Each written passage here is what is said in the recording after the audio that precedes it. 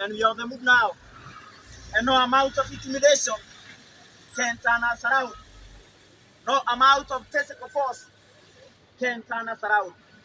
In fact, we must rise the majestic heights of meeting physical force with the soul force. Somebody must tell the police in Kenya that nobody will stop the tide of revolution from turning.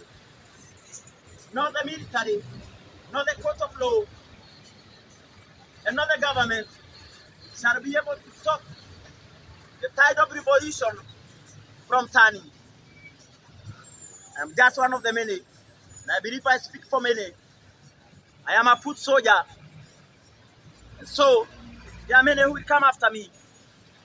But I believe time has come for us to come out of our comfort zones and fight for our rights, for our God-given rights. We have waited for 400 years for our human and God-given rights. Now, my people, we must stand up and face our oppressors. We must stand up and face those who steal our resources, those who have made us slaves in our own country. As I've said, that we must immediately address, or this nation must immediately address the problem of poverty if it is to survive its own foreign. Because we cannot continue like this. It is not tenable in the long run. It's so sad that this nation has been held to ransom for 60 years by a few minority ruling elites who feel so entitled and who feel that they have the right to govern us or to rule over us forever. What is this pride and arrogance of us taken too far? If Marcus Garvey were here today, he would lead us to asking these people whether it is only their mothers who went to maternity. We have been told ever since we were young that we are the leaders of tomorrow. But I'm waiting for that tomorrow.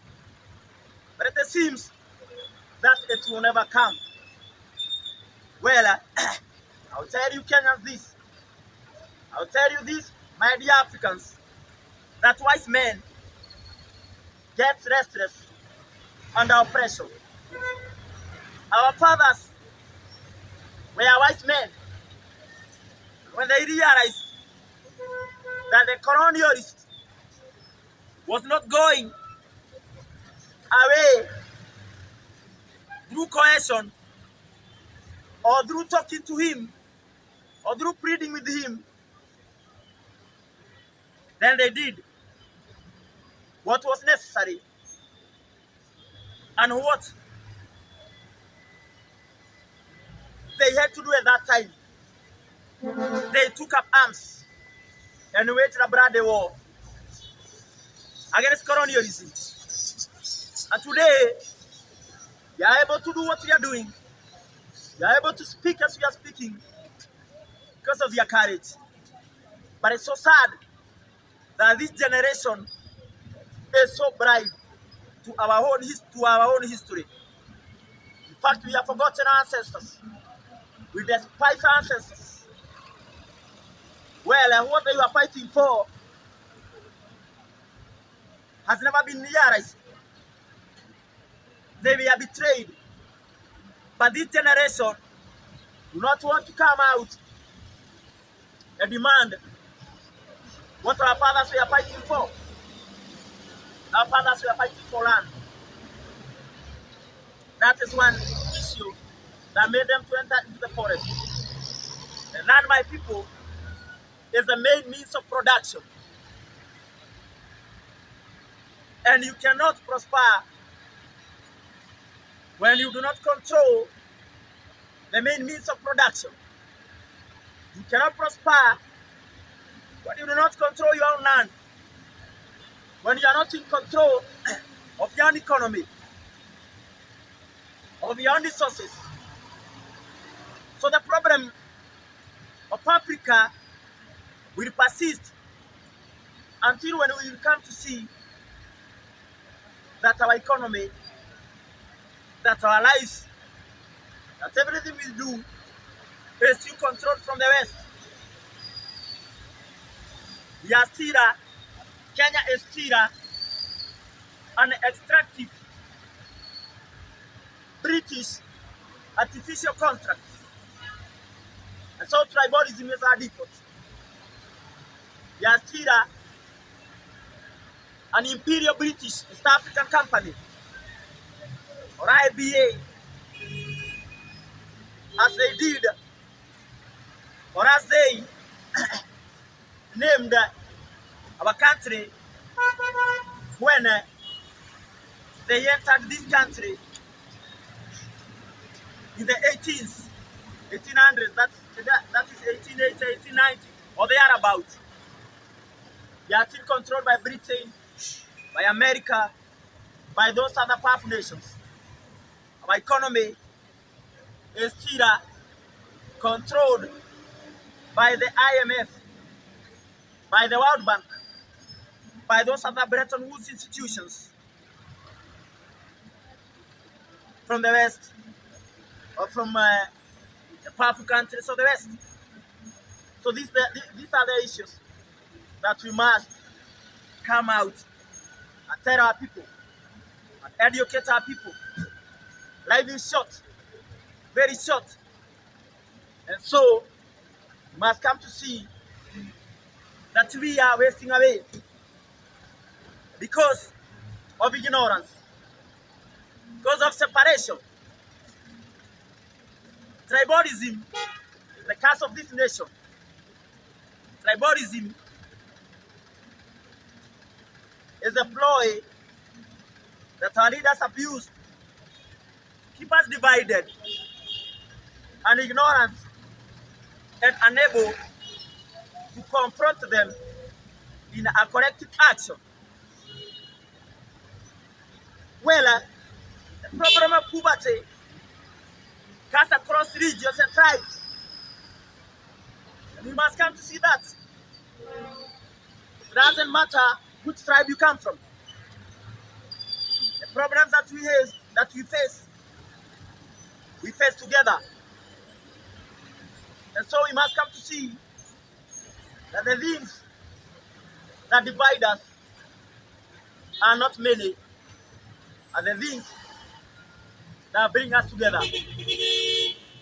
So I still believe that the day when this nation, the people of this nation, rise above tribalism and tribal hatred, we will free our country from corrupt leaders,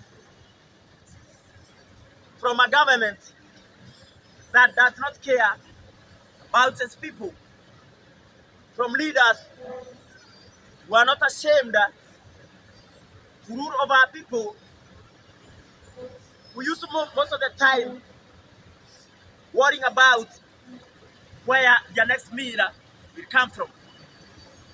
I believe it's time for us to see that corruption has made us slaves in our own country. I don't think, when I wonder whether we can even start imagining the damage that corruption and tribalism has done and is still doing to our country. Yet we are still silent. Yet we have normalized these things. Yet we are not angry.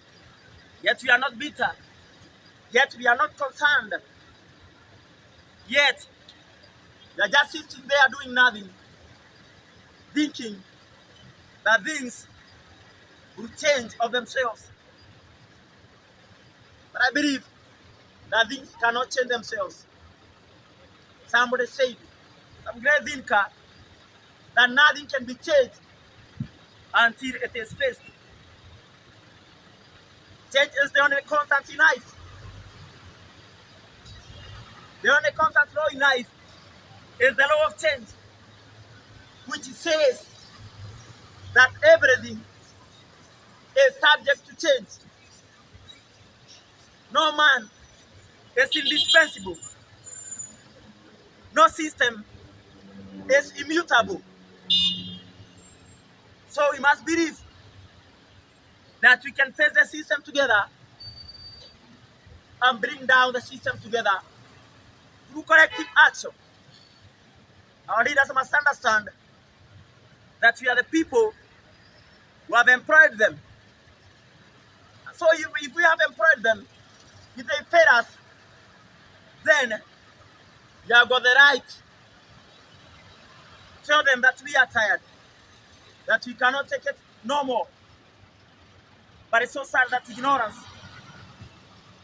has kept us from seeing these things. People do not know the power that they have. The people are powerful than the people in power. So when we come together, we will achieve a lot. When we come together, we save our nation. We will save our generation. So it's time for us to come together in a unity of purpose. Because God has said, the problem of Africa, the last 700 years or so, has been the problem of disunity. But now we must unite, my people. We must come together, for unity is power. And people united can never be defeated. But people not united cannot expect to achieve anything worthwhile. I believe that tribalism may be that corrosive evil which must die before we can achieve peace. And peace is not the absence of war, or the absence of tension, but peace is the presence of justice. So we must come to see that the kind of peace we have today is a negative kind of peace, an obnoxious kind of peace. And the peace we have here in Kenya, here in Africa, is not peace, but it is silence. Silence in the face of evil. Silence in the face of injustice. Silence in the face of oppression. Silence in the face of impunity and the criminality that goes on government circles every day. Like the other day, we had a problem of a blackout that plunged the whole country in darkness for I don't know 20 hours. And well, this is sad, because one thing we must realize, that our country in a large way depends on electricity. So many industries, hospitals, and many economic activities where electricity is used every day. So something like this is not a light issue. But now we must ask ourselves why it should happen in a country where we have leaders in power, or a government in power. I think it is we go back to the issue of corruption. Corruption and incompetence. Our country is being led by criminals. There's Boniface Mwangi who said that other countries have mafia, but in Kenya, the mafia have got the country. Now the question is, how long shall we allow the mafia or the cartels to run our country? to ruin our lives, to make us live in misery and hopelessness. Because these are the same cartels that have destroyed the sectors that our people depended on to get money, to have a decent life.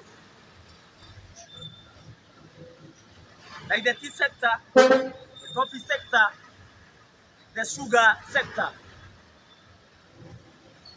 But I believe that our farmers, rather farming, is an economic undertaking that should have made our people very rich and well off. That you will not need any assistance or aid from foreign countries. But we have destroyed these sectors. We have allowed cartels to destroy these crucial sectors. And through this corruption by cartels, we have reduced our people into beggars. Yes, we have reduced the majority of the people in Kenya into beggars. But still, there's no one to come out and condemn these issues. Again, the curse of tribalism is our greatest undoing. And well, unless we come out and address the issue of tribalism, we shall continue having incompetent leaders, corrupt leaders, uncaring leaders, and evil leaders in power today and in the days to come, because we have refused to come out and demand for integrity. Well, we deserve freedom. We deserve good leadership. But if we cannot fight for it, if we cannot demand for it, we do not deserve it.